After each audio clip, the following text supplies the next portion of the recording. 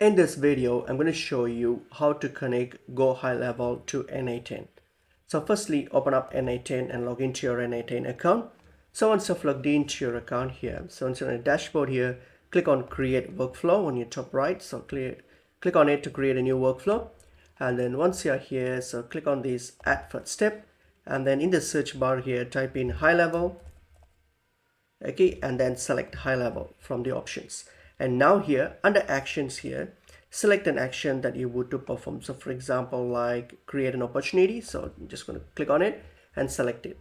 And then it will get to this dialog box here where you're going to set up the parameters. Okay, for the resource, you can choose the resource that you want to work with, whether opportunity or contact or other ones here. I'll just leave it as opportunity, and then the operation that you want to do. So for example, like create, I will just look at create.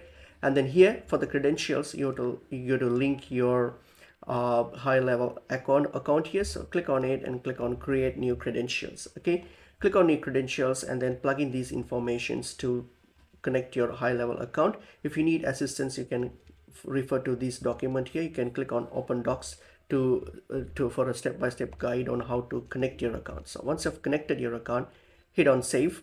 Okay, and hit on save.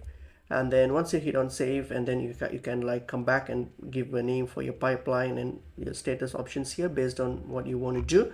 Once all you have set up everything, all you have to do is hit on execute step, hit on it.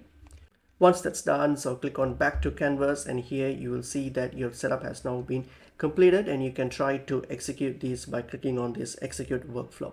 And that's basically pretty much it is.